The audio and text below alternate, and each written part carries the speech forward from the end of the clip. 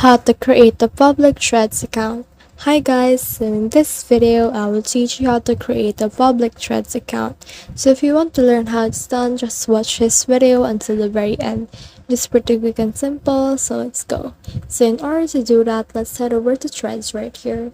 And from in there, just click on this profile icon on the bottom.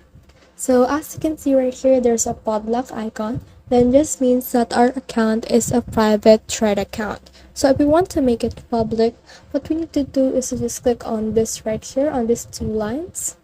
And then from there, just click on privacy. And you will see here the option for private profile.